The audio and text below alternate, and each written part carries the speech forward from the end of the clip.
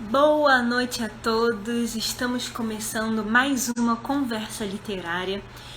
Eu estou muito animada com a live de hoje porque é um livro que eu ainda não li, mas com certeza está na minha lista para ler, que é o livro chamado O Amor como Revolução, do pastor Henrique Vieira. E eu sei um pouco do livro, eu sei do que se trata, eu sei alguns assuntos que são abordados, porque o Bruno me contou, já me deu todos os spoilers do mundo com relação ao livro. E eu fiquei super animada para ler, porque me parece um livro muito bonito. E hoje o Bruno vai falar um pouquinho dele aqui pra gente. Rubens, quanto tempo, saudade de você. Oi, Ju, boa noite, que bom te ver por aqui também. Bom, o Bruno já entrou, que eu tô vendo. Eu vou chamar ele em um minutinho. E se vocês acham que tem alguém que possa se interessar pela nossa live de hoje, é só ir nessas, tipo setinha, tipo um aviãozinho que tem aí, e mandar pra pessoa no chat. Deixa eu chamar o Bruno agora. Vamos lá.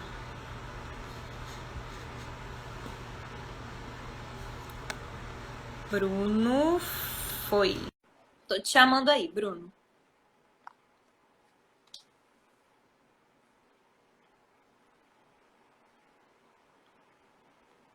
Tá conectando. E aí, Bruno? Boa noite. Fala, Ai, Renato, eu lembro tudo do meu bem? fone quando eu te vejo com o seu. Eu ainda não tenho um. Boa noite. Boa noite para todos e Boa todas. noite, Ana Paula. Boa noite para os rostinhos queridos que eu já vi, do meu amigo Rubens, da Júlia, da minha mãe. Eu brinquei hoje com a minha mãe, falei com ela que no artigo 3 do contrato maternal está escrito que a mãe precisa apoiar todos os projetos do filho. Então ela tinha que assistir hoje. Eu tô aqui mandando para algumas pessoas a nossa live, chamando o pessoal para entrar. E enquanto o pessoal tá entrando, eu vou fazer aquela propaganda básica de sempre, né, do nosso perfil literário aqui no Instagram, o Se a Poesia For Semente. Nós estamos postando poesias desde abril do ano passado. Também tô com saudade de você, Esmeralda. Bom te ver por O aqui. Esmeralda, Quanto tempo? é, Postamos poesias, né? Eu escrevo poesias, a gente posta lá no perfil do Instagram. E a nossa ideia é que esse ano saia o primeiro livro.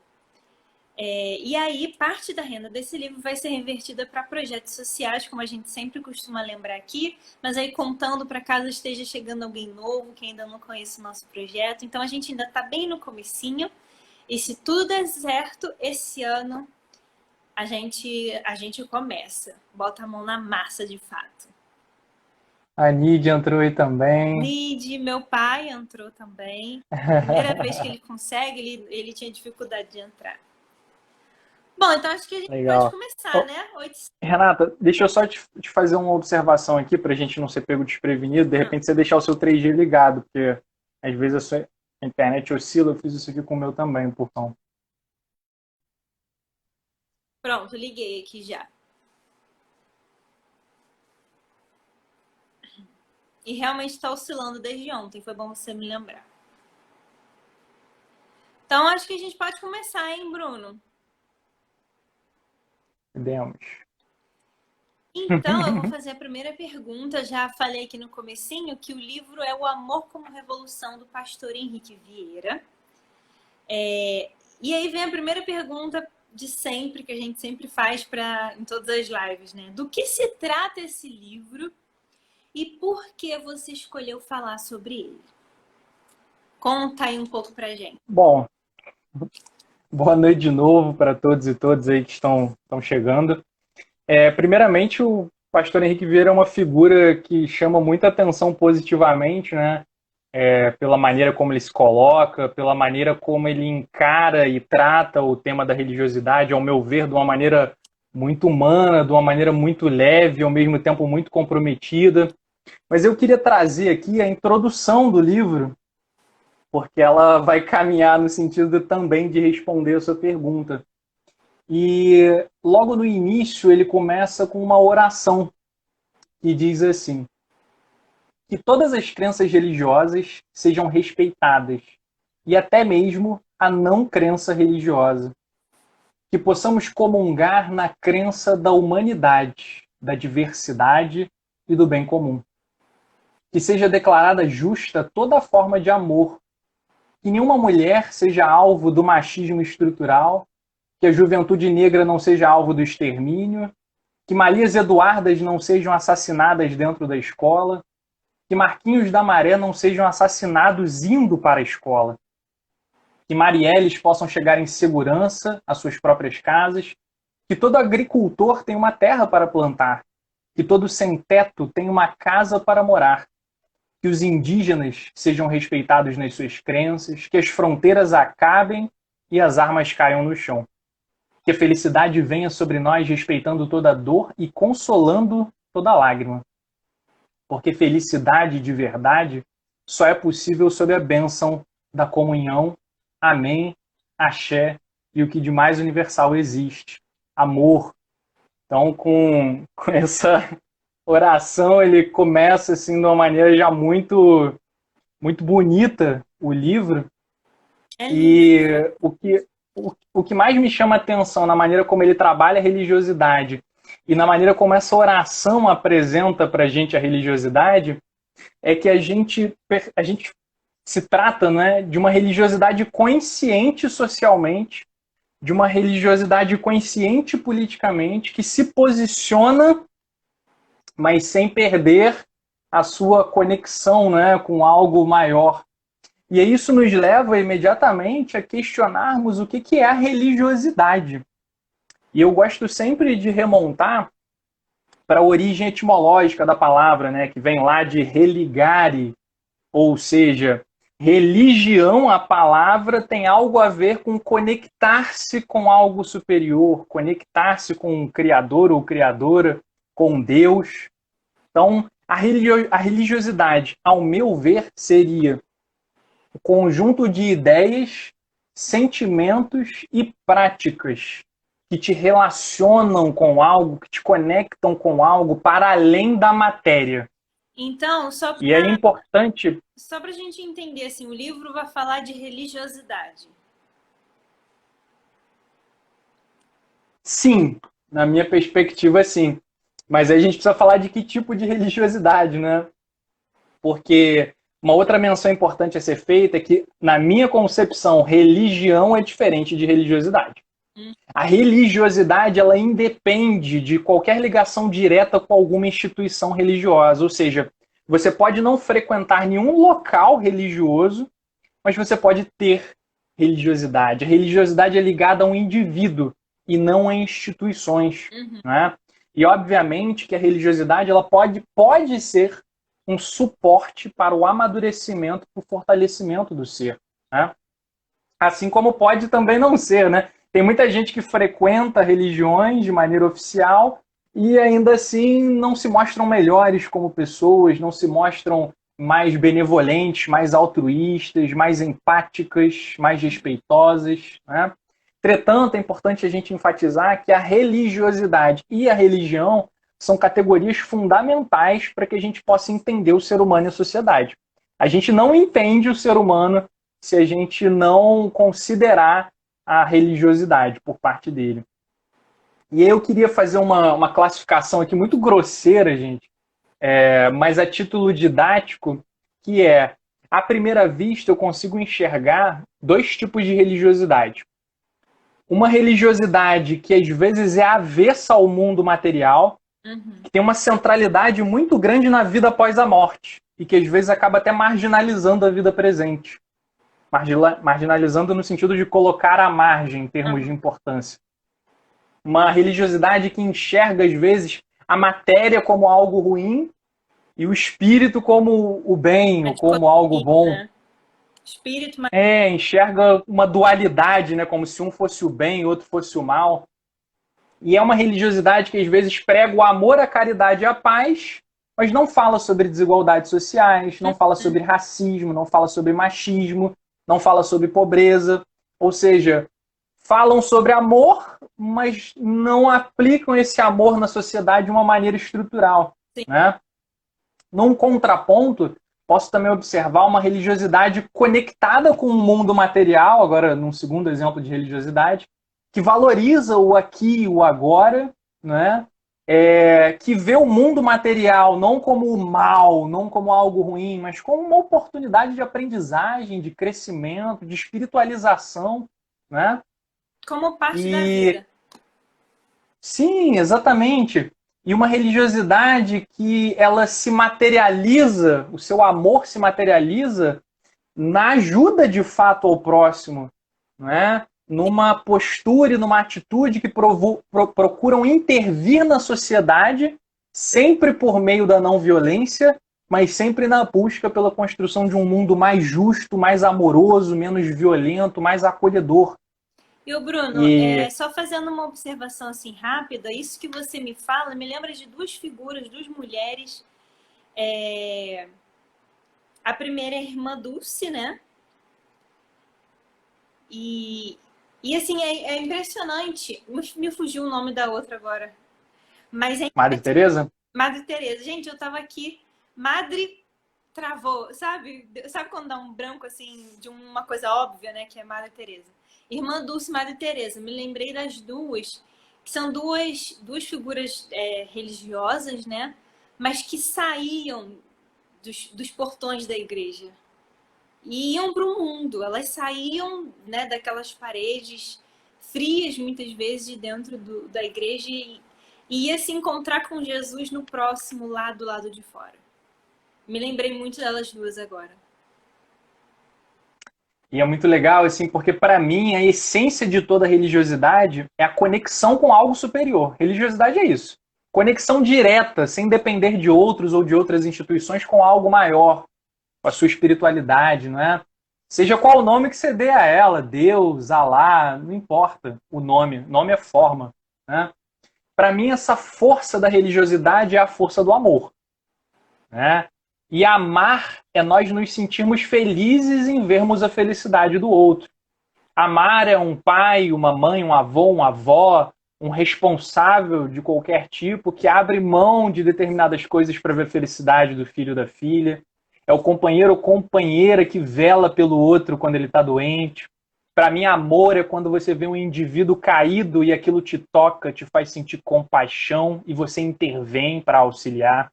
Né? Para mim, amor é a gente sentir paz e plenitude na comunhão com o outro. O amor verdadeiro, na verdade, a gente pode dizer que ele é substância fundamental para a nossa saúde psíquica e para o bem-estar social também. Eu costumo fazer uma brincadeira com a metáfora da árvore das raízes. Para que uma árvore possa se desenvolver, ela tem que lançar raízes nas mais diversas direções e nas mais diversas profundidades. Assim precisa ser conosco também. A gente precisa lançar a nossa afetividade para as mais diferentes direções, para os mais diferentes ideais, objetivos, grupos, pessoas, não é? E nos conectarmos com a humanidade, porque a gente não vivencia o amor sozinho. A gente só vivencia o amor nesse sentido mais amplo e profundo, em contato, em conexão com o ser humano ao tempo todo, né? Inclusive, Bruno, te interrompendo aí mais um pouquinho, uma dessas raízes precisa ser, uma dessas direções, né, precisa ser voltada para dentro de nós mesmos. Porque Jesus falou amar ao próximo como a ti mesmo. E isso que você falou é perfeito, assim, a gente sentir amor na felicidade de fazer o outro feliz, na felicidade, né, nesse movimento de se entregar ao próximo, de ajudar o próximo.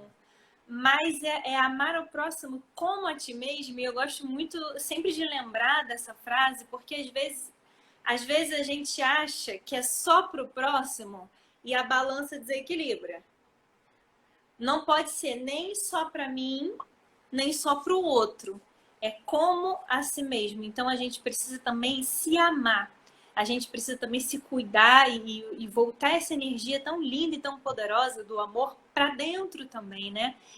E é muito interessante porque quando a gente se sente feliz por fazer o outro feliz, a gente também está se alimentando, então a gente também está fazendo por nós, né? É importante que a gente que a gente tente manter sempre esse equilíbrio, né? E acaba É que um muitas binômio, né? vezes, exatamente, e acaba que muitas vezes dentro dos movimentos religiosos a gente acha que tem que ser só para o outro, né? E esquece de se cuidar e aí a balança desequilibra e não dá certo. É um binômio, né? O amor ao próximo, ele só se realiza em plenitude se a gente também estiver se amando, não é? Com alto amor. E obviamente, gente, que a categorização que eu fiz sobre os dois tipos de religiosidade é a termo didático, né? Toda classificação é limitada, ela é reducionista. Era só para tentar fazer ficar um pouco mais didático, né? É óbvio que cada um de nós pode ter religiosidades semelhantes a cada uma dessas duas categorias. A gente pode se encaixar nas duas categorias ao mesmo tempo. Mas eu falei disso tudo para expressar que o livro do Henrique Vieira, e deixa eu mostrar aqui, né? O Amor como Revolução. Você disse por que eu li esse livro, né? O que mexeu comigo no livro. E o que mexe mais é como ele encara a religiosidade de uma maneira tão humana, né? De uma maneira tão preocupada com o outro, tanto do ponto de vista individual quanto do ponto de vista social. É uma religiosidade que quer ver um mundo mais justo, um E mundo menos violento. a gente já Não, tem essa não, noção logo na introdução, né? Na oração que você trouxe pra gente. sim.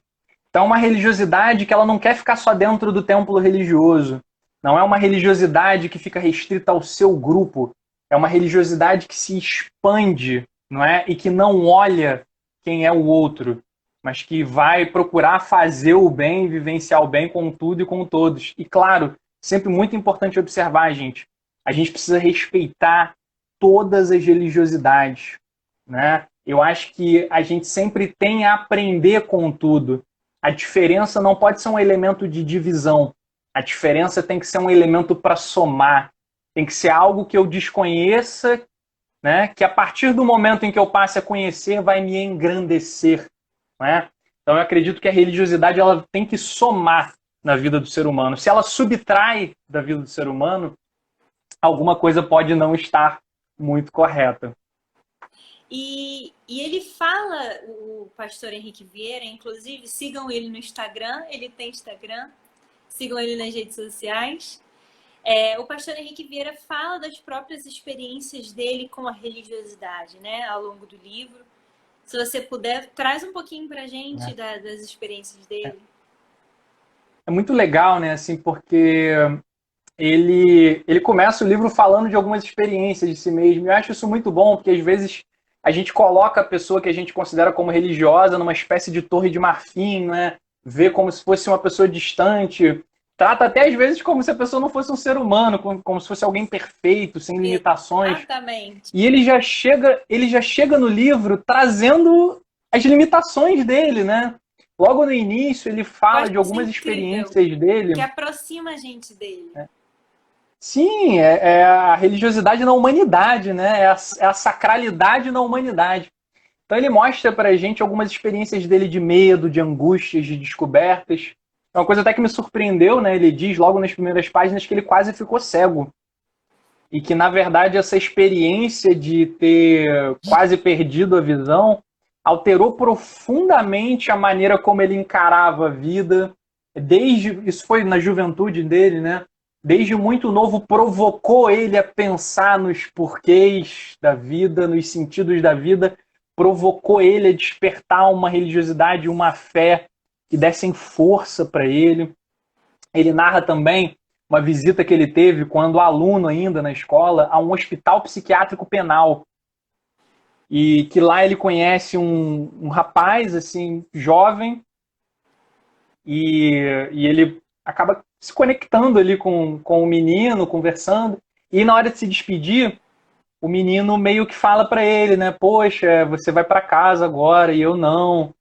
E ele fala que aquilo impacta ele profundamente. Pela primeira vez ele parou para pensar na vida que tem pessoas que não têm casa para ir. Que tem pessoas que vão chegar no fim do dia e não vão ter o que comer. Não vão ter alguém para dar afeto, para dar carinho para elas. Uma outra experiência também que ele fala, que foi marcante, Foi quando ele está passeando com a filha dele na rua e ele encontra com um morador de rua e aí ele dá um auxílio ali para o homem e o homem olha para a filha dele e fala assim, meu irmão, Deus abençoe a sua filha. E o Henrique fala que aquilo foi tão impactante, sabe?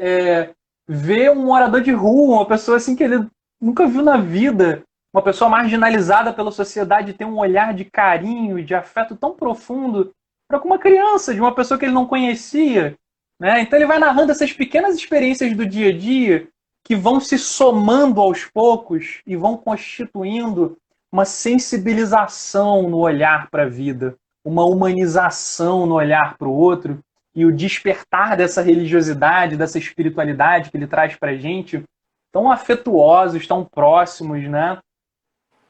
É impressionante porque, de fato, a gente olha para os moradores de rua, para essas pessoas que moram na rua, infelizmente, a gente olha com muito preconceito, né? Como se elas já não sofressem o suficiente por não ter um lar, por não ter nenhuma segurança na vida, a gente ainda olha para essas pessoas com muito preconceito. E aí, como ele revela essa humanidade, né? Ele fala das próprias limitações, das angústias dele, ele se coloca mais próximo de nós, como você disse, né? Então, isso eu acho muito legal, porque assim, mostra pra gente, é importante sempre a gente ter isso, que todo ser humano, por mais qualidades que ele tenha, ele continua sendo um ser humano. Uhum. E todo ser humano, absolutamente todo ser humano, ele é limitado pelo tempo onde nasceu, pelo lugar onde nasceu, pela classe social onde nasceu, né, pelo sexo biológico com que nasceu. Porque, por exemplo, eu, como homem, não tenho a sua experiência de mulher andando na rua. Eu não sei o que é mulher andar na rua e ter medo. Né? Eu não sei qual é a experiência de uma outra pessoa de outra classe social. Né? Eu não sei qual é a experiência de outra pessoa que mora em outro lugar. Eu não sei qual é a experiência de outra pessoa que tem outras vivências que a minha. Né? Então, eu tenho um monte de fatores, tempo, espaço, classe, gênero, que me limitam de alguma maneira.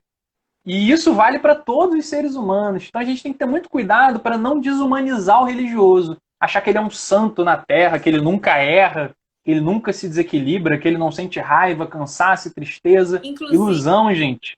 Inclusive, a Elaine que está assistindo a gente aí, eu sei que ela viu esse filme recentemente. Quem não viu, eu super indico o filme Dois Papas. Mostra muito essa humanidade dos papas, que muitas vezes a gente olha para eles como se não fossem pessoas, como se não fossem seres humanos, como se não fossem, no caso, homens, né? Com todas as suas inseguranças, as suas questões pessoais, com todas as suas limitações, são pessoas. E esse filme mostra isso, é muito interessante. É uma super indicação aí, indico a todo mundo ver esse filme. E é assim, você adular uma pessoa, você santificar uma outra pessoa, colocá-la acima, né, da humanidade, é ruim para quem adula, porque a gente gera uma autocobrança excessiva, achando que a gente tem que alcançar esses ídolos de marfim, e isso gera culpa, gera frustração, né, gera angústia. A gente tem que alcançar uma coisa que não existe, porque a gente criou. E ao mesmo tempo é muito ruim para a própria pessoa. Porque a própria pessoa tem uma carga de cobrança excessiva. Tudo que ela fala, as pessoas tomam como se fosse a verdade absoluta, como se fosse um grande exemplo. E aí, todo mundo erra, gente. Todo mundo se equivoca. Então, o pastor Henrique Vieira já chega mostrando isso pra gente. Chega mostrando que, gente, não, todo mundo é ser humano. A gente erra, a gente tem as nossas angústias.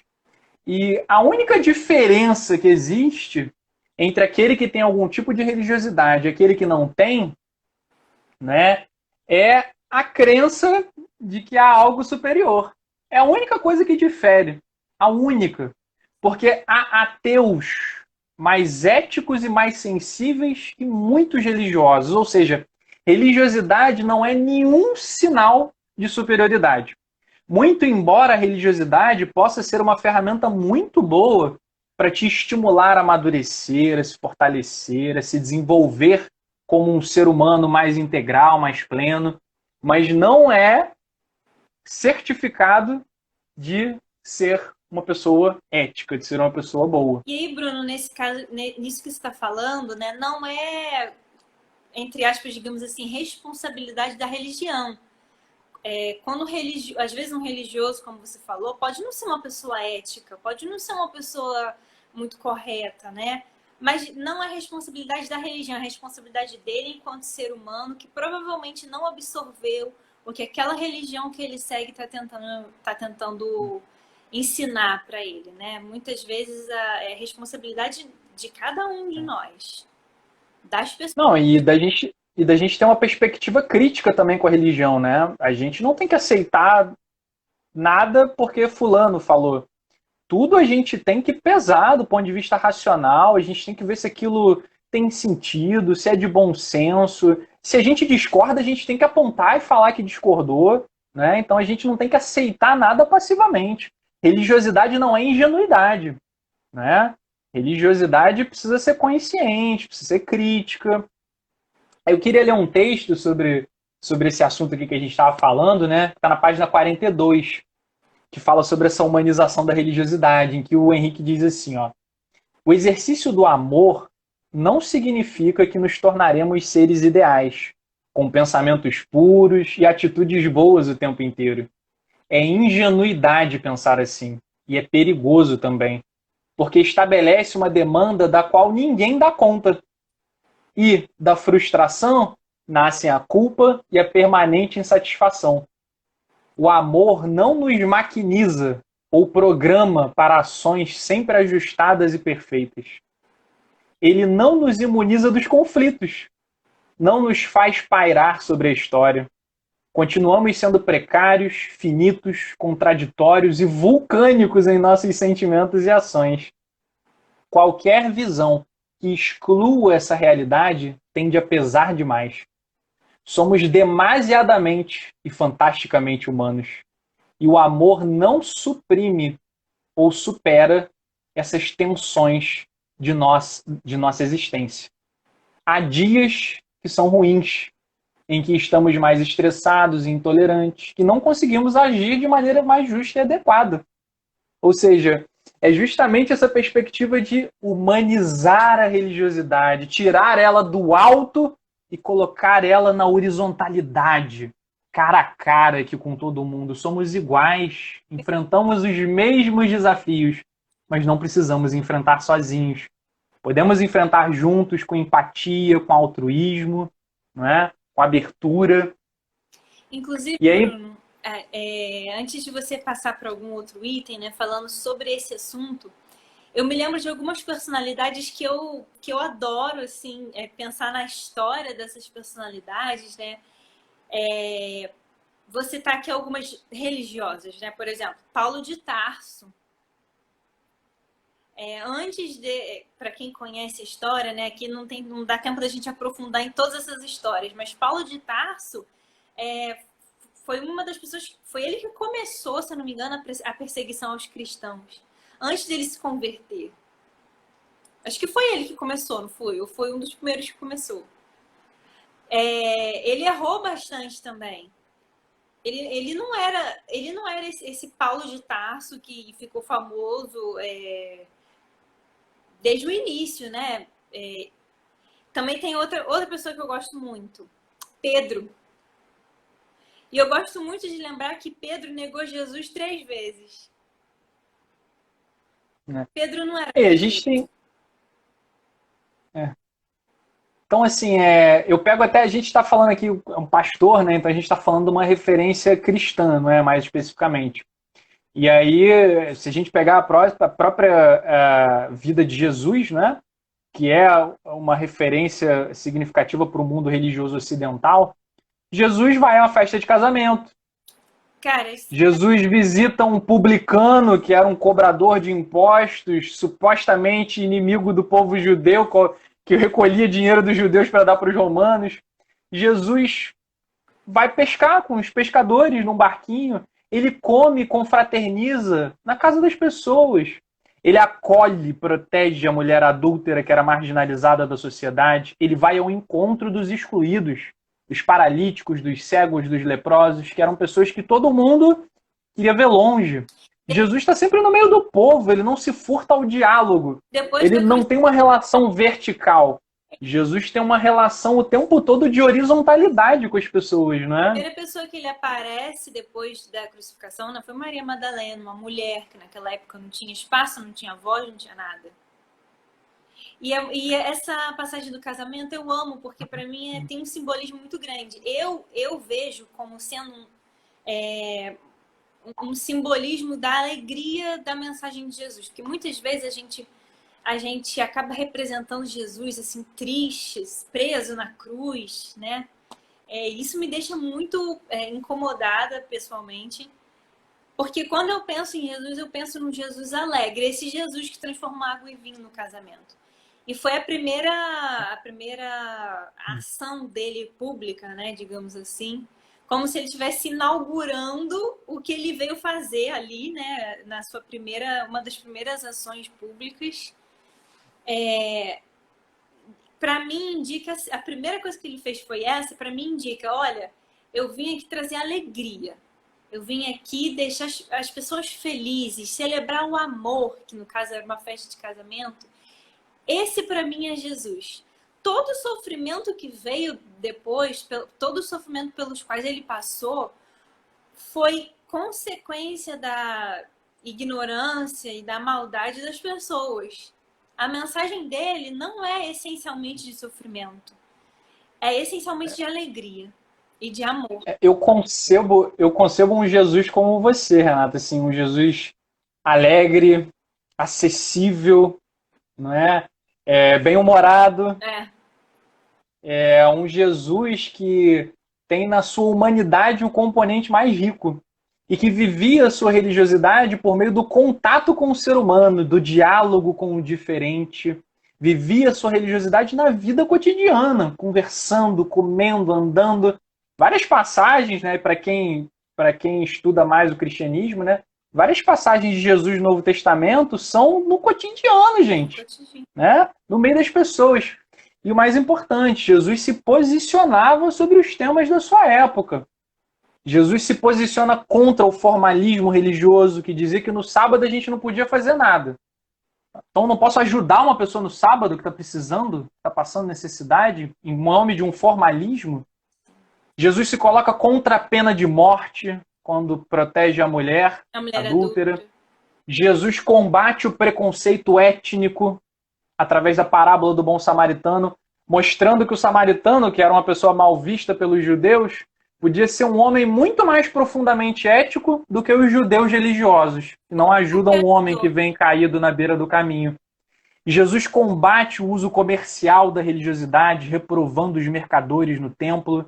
Então a gente percebe, né, que Jesus ele vivencia a sua religiosidade no meio das pessoas e se posicionando, falando, lutando, não é, pelo bem-estar coletivo, pelo bem-estar social, pelo bem-estar das pessoas. Então, isso até... Eu acho que isso até me lembra por cima de você por causa da internet. Às vezes eu acho que eu acabo falando por cima do seu finalzinho. Mas isso me faz lembrar também de uma outra personalidade. Eu anotei aqui algumas, né, para falar. Já falei de Paulo, de Tarso, do Pedro. Isso que a gente está falando agora sobre se posicionar me lembra muito Dom Helder Câmara, que também fica aí a indicação do documentário. Grande exemplo. O Santo Rebelde, se eu não me engano, é o nome do documentário. Isso, vejam, essencial. É esse mesmo, muito né? Bom. Santo Rebelde. Eu acho Tem que no sim. YouTube, gratuito, vejam esse documentário. Para mim, ele é um exemplo de uma figura religiosa muito humana e que se posicionou, no caso, contra a ditadura, né? É incrível também. E é impossível não lembrar dele quando a gente fala dessa característica de Jesus. E aí vem o outro tópico aqui que eu separei, né? Que é a necessidade que às vezes a gente tem do autoencontro conosco mesmo, do silêncio interior. E aí tem um trechinho aqui na página 14, né? Que o Henrique diz assim: a vida nos convida diariamente a encarar sua beleza e tragédia. A maneira como lidamos com essa condição de desamparo é que determina os relacionamentos humanos. Tendemos à negação, ao entretenimento permanente, às distrações contínuas, ao barulho incessante que nos livra do incômodo do silêncio. Ou seja, das pessoas que não conseguem ficar em silêncio. Chega em casa e liga a televisão, porque não quer ficar em silêncio, não quer ficar consigo mesmo. Sai o tempo todo, não porque quer confraternizar, mas porque não quer ficar consigo mesmo. E ele continua. E por que o silêncio incomoda? Porque de alguma maneira evoca a reflexão, o confronto com a nossa condição mais profunda e as verdades que não contamos para nós mesmos. O silêncio é um espelho, uma nudez da alma, um choque, um encontro marcado com o vazio que há em cada um de nós. Então, é legal, né, como é que ele traz essa reflexão para a gente sobre a importância que a gente precisa, às vezes, de dar uma pausa, de respirar, de refletir, de parar para pensar. Gente, o que eu fiz hoje? Ponderar o que eu fiz que foi legal, o que eu fiz que, caramba, vacilei. Poderia ter feito diferente, poxa, eu acho que isso que eu falei pode ter magoado outra pessoa. E a partir dessa reflexão sobre as suas atitudes diárias, você procurar mudar, né? O que não tá bom, vou procurar falar com mais jeito da próxima vez. Vou procurar, de repente, esperar um melhor momento para dizer. Vou procurar não ficar passivo, vou procurar ajudar a pessoa ali na próxima vez. Então, ele nos provoca a esse contato conosco mesmo, né? A esse momento de silêncio, de reflexão, para que a gente possa se abastecer e possa avaliar melhor as nossas próprias atitudes, a maneira como a gente está levando a vida. E é esse silêncio é o que proporciona muitas vezes o autoconhecimento, né? E o autoconhecimento vai proporcionar essa nossa conexão com essa religiosidade mais profunda que a gente tanto está falando aqui, que é um principal assunto desse livro. Se a gente não calar, dificilmente a gente vai conseguir se conectar com essa religiosidade mais profunda. E aí, quando eu vi que você ia falar sobre isso, eu separei um trechinho, e aqui a gente dá várias indicações, né? Não só o livro principal que a gente fala sobre, mas a gente já falou sobre o filme Dois Papas, sobre o documentário Santo Rebelde do Dom Helder Câmara. Vai mais uma indicação aqui. É uma crônica chamada Escutatória, do Rubem Alves. Ela é bem curtinha, a gente lê em pouquíssimos minutos, também tem na internet. E escutatório, como o nome já diz, ele vai falar sobre escutar, que a gente sabe falar, mas não sabe ouvir muitas vezes, né? Eu separei aqui uma frase que tem tudo a ver com isso aí que você falou. Rubem Alves coloca assim: não basta o silêncio de fora, é preciso silêncio dentro, ausência de pensamentos. E aí, quando se faz o silêncio dentro, a gente começa a ouvir coisas que não ouvia. A música acontece no silêncio. É preciso que todos os ruídos cessem. E aí essa música aí pode ser uma metáfora para tanta coisa, né? A música acontece no silêncio. A nossa conexão com essa força maior acontece no silêncio. Eu chamo essa força maior de Deus, mas para cada pessoa pode ter um nome diferente. Então a importância da gente parar e se ouvir, fazer esse silêncio dentro, né? E isso é importante a gente contextualizar, né, que, na questão material, que a gente vive em um mundo capitalista, né? Um sistema cujo objetivo principal é o lucro e que, em prol do lucro, muitas vezes o bem-estar do ser humano é colocado de lado, né? Então a gente tem uma sociedade que mercantiliza a vida. Uma sociedade que mercantiliza a vida animal, por exemplo, que mata a floresta para ter lucro, que vende animais. Uma sociedade que mercantiliza até a felicidade, né? Quando atribui a posse de determinados bens à felicidade. Uma sociedade que mercantiliza o lazer, não é? Uma sociedade que mercantiliza o lazer, né? Que destrói espaços públicos para fazer shopping centers, para que a gente possa se divertir gastando. Para quem tem dinheiro, né? É uma sociedade, um modelo ainda excludente também. É uma sociedade que mercantiliza. É uma sociedade que mercantiliza até o nascer. Se a gente for pensar. Sim, uma sociedade que mercantiliza a sexualidade através da pornografia, dos anúncios de cerveja. Uma sociedade que mercantiliza as datas. Dia das Mães, Dia dos Pais, Natal, Ano Novo. Então, eu lembro uma vez uma pergunta que eu fiz para um aluno. A gente estava conversando sobre uma matéria relativa a essa questão de capitalismo, né? E eu fiz a pergunta: a gente ganha dinheiro para viver ou a gente vive para ganhar dinheiro? Né? O que está acima? A natureza humana ou a produtividade? A venda, o lucro? Né? Essa lógica de produtividade doentia que enriquece muito poucos à custa de manter a maioria pobre e explorada é que faz muitas vezes com que as pessoas não tenham tempo para fazer silêncio.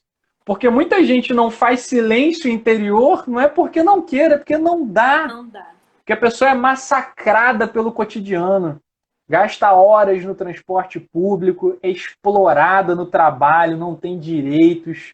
Então, muita gente não tem tempo para se dedicar à espiritualidade, à leitura, à reflexão, não tem nem por causa dessa lógica mental para isso. Não tem energia, por causa dessa lógica absurdamente desumana, né? Em que a gente vive para o lucro e não para a humanidade, para o social. E aí acaba que muitos de nós, nessa correria da vida, a gente entra numa espécie de modo automático, né? E aí a gente para de contemplar o céu, de olhar as nuvens, de ver as estrelas, de olhar nos olhos de alguém, de apreciar os olhos das pessoas, de olhar para dentro de nós mesmos. Aí a gente vive como se nós fôssemos grandes desconhecidos de nós mesmos. Nós perdemos a conexão conosco mesmo. E quando a gente perde a conexão conosco mesmo, a gente perde a conexão com todo o resto. Né? Exatamente. E aí, Bruno, tem tanta coisa para falar, né? E a gente se empolga, fala um por cima do outro, mas falta 15 minutinhos, então eu queria... Tem mais duas perguntas assim, que eu queria te fazer. E uma era se você puder falar um pouquinho sobre fundamentalismo religioso, que ele cita esse tema no livro, né? Nossa, esse é um tema extremamente contemporâneo, mas é um tema também de longo curso na história, né? Fundamentalismo ocorreu em todas as épocas da história. Mas hoje, infelizmente, ainda é algo muito forte. O Henrique se posiciona de uma maneira muito enfática e, ao mesmo tempo, muito esclarecedora acerca do fundamentalismo. Eu queria ler alguns trechos aqui. Primeiro, na página 57, em que ele diz assim: lê o mais rápido que você puder para dar tempo da última pergunta. A mente fundamentalista não se permite duvidar do que crê e não aceita dialogar com as diferenças. Então ele já começa refletindo sobre como o fundamentalismo é uma espécie de fechamento sobre si mesmo, de postura arrogante, soberba, né? Que acha que toda a razão está só consigo. E, gente, todos somos limitados, nenhum de nós detém a verdade. Né? Esse versículo, conhecereis a verdade vos libertará, gente, isso é perigosíssimo. A interpretação, né? Quem que tem acesso à verdade, pobres de nós, seres humanos? A gente tem pontos de vista muito parciais e muito incompletos do que seja o fragmento de verdade. Né? Um outro trecho ele diz assim, na página 59. Para um fundamentalista não há diálogo. Se um fala em nome de Deus e o outro não, que conversa é possível? Então a gente vê que o fundamentalismo ele nasce de uma postura de soberba e de arrogância. Uma postura de autossuficiência profundamente ilusória, como se algum de nós fosse autossuficiente. Na página 63 ele diz assim: mas o grande ponto do fundamentalismo é que ele produz uma visão que se percebe como verdade absoluta. A mente fundamentalista tende a entrar em pânico diante de dúvidas e questionamentos. Na verdade, o fundamentalista é uma pessoa extremamente frágil. É uma pessoa que não tem a capacidade de observar a riqueza da diversidade, a riqueza da vida. E aí na página 58 ele encerra esse trecho de citações assim: o fundamentalista não dialoga porque não se propõe a ouvir, não aprende porque parte do pressuposto de que só pode ensinar. O mundo fica dividido entre salvos e perdidos, entre bem e mal, e a fronteira delimitada pelo conjunto de crenças da instituição religiosa. Ou seja, O fundamentalismo é um limitante da vida. É um culto ao pequeno, ao menor, e não à grandeza que há, não é, em todas as pessoas, nas diferentes religiosidades. Quem somos nós para acharmos que a gente só ensina? Que vai chegar um ponto da vida que a gente só ensina? Isso não vai acontecer. A gente ensina e aí entra, desde sempre. E aí entra aquela humildade construtiva, né? A humildade no sentido de ser uma consciência das nossas limitações, né? A humildade é dúvida construtiva, é questionamento e autoquestionamento. Humildade é abertura. Humildade proporciona a gente crescimento constante, porque a gente está sempre aberto. Quem está sempre aberto está sempre aprendendo. Quem está sempre aprendendo está sempre amadurecendo. Lembrando que humildade é sinônimo de força, nessa perspectiva que eu estou falando, de firmeza, porque não tem medo de ouvir, não tem medo de descobrir que pensa algo errado, não tem medo de mudar de ideia. Tudo que eu sei é que eu nada sei, não é? E aí o Henrique fala aqui na página 59 que o mais relevante é submeter nossa doutrina à reflexão, à comunhão, ao exercício permanente da autocrítica, à luz das demandas e necessidades do nosso tempo. Religiosidade que não se conecta com o seu tempo, né, é algo para a gente pensar. Como a gente falou sobre o Dom Helder Câmara, né, que era religioso e se posicionava muito fortemente contra a ditadura. Uma religião hoje que não se dispõe a falar sobre machismo, racismo, fascismo, é uma religião alienante, não sei, deslocada do seu tempo, do seu espaço. Não tem como, né? E aí tem um outro trecho aqui na página 62 em que ele diz assim: é impressionante como o cristianismo, uma espiritualidade de origem periférica e popular, pautada na radicalidade do amor, foi se tornando justificativa para sistemas opressores e práticas de ódio. Jesus andou com os pobres e oprimidos, acolheu as pessoas amaldiçoadas e marginais, impediu processos de execução, recusou mecanismos de vinganças, exaltou o perdão como forma de mediação de conflitos, reconheceu a dignidade até de seus inimigos. Jesus foi preso, torturado e assassinado. Foi executado pelo Império Romano sob o aplauso e escárnio de muitas pessoas. Enfim, foi um preso político, vítima da violência e do ódio. Como uma mensagem com essa origem pode, em tantos momentos da história, justificar atos de violência e genocídio? A lente fundamentalista se apega à letra, enquanto esfria corações diante da vida concreta. Jesus foi vítima desse modelo, que colocava a tradição como referência absoluta, inquestionável e impenetrável. Jesus foi vítima do fundamentalismo religioso, né? Pasmem. Eu fico emocionada quando você fala sobre isso. E aí, antes de fazer a última pergunta, eu queria contar uma história rápida. O Bruno conhece essa história, alguns amigos meus também, eu costumo contar ela, mas eu estava fazendo vestibular, eu estudava com uma menina, não vou citar nomes de ninguém, mas era uma pessoa incrível, linda por dentro, por fora, principalmente por dentro, um coração enorme, assim, Ela era, se eu não me engano, protestante, não vou saber igreja, não vou saber nada disso, mas ela era uma pessoa muito boa, bondosa, gentil. E eu lembro de um professor, se eu não me engano, foi o professor de química, mas isso também não é importante. Ela fez alguma coisa no meio da aula, assim, um gesto de gentileza com uma pessoa do lado. O professor parou a aula e falou assim: fulana, você é tão humana, mas tão humana, que me lembra Jesus. Eu nunca consegui esquecer dessa frase do professor, e eu acho que tem tudo a ver com o que a gente está falando aqui sobre religiosidade e, enfim, sobre... E sobre essa questão do fundamentalismo, tem um outro trecho aqui na página 50, né, que ele reflete no oposto, né, na abertura. Ele diz assim: gosto de pensar em Deus assim, como o sorriso da Maria, que, se eu não me engano, é a filha dele. Esse sorriso que é para mim, mas não só. gosto de pensar no amor de Deus como algo parecido com o que sinto por ela. Deus não é uma verdade fechada, petrificada em um texto e que precisa ser defendido dos hereges. É como amar Maria e saber que não sou o dono dela.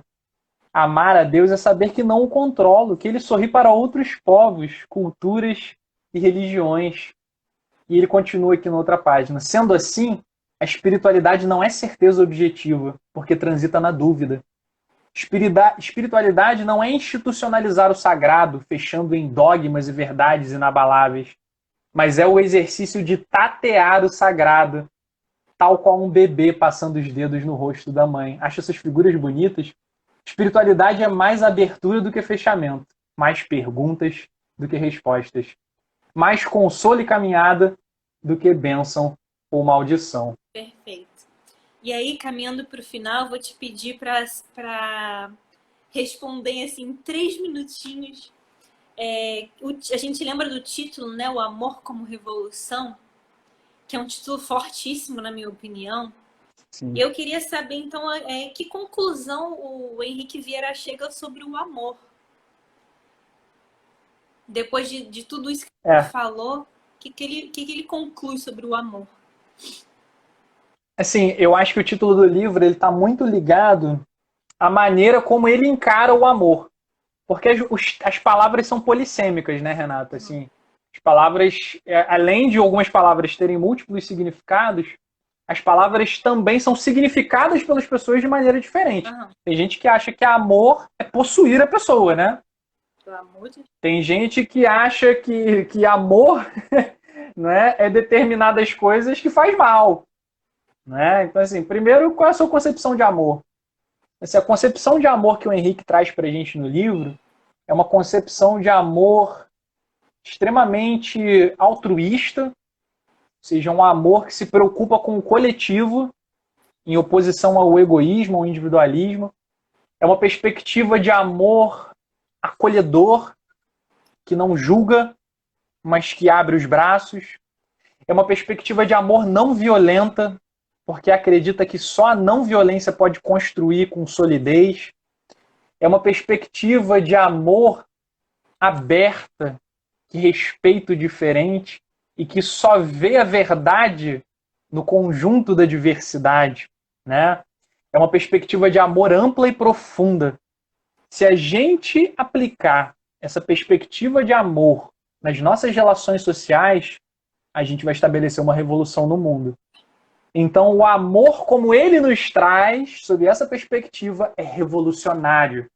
A proposta dele, ao meu ver, no livro, é trazer essa concepção de amor como uma concepção revolucionária. Como e ele diz aqui na página... Revolucionário.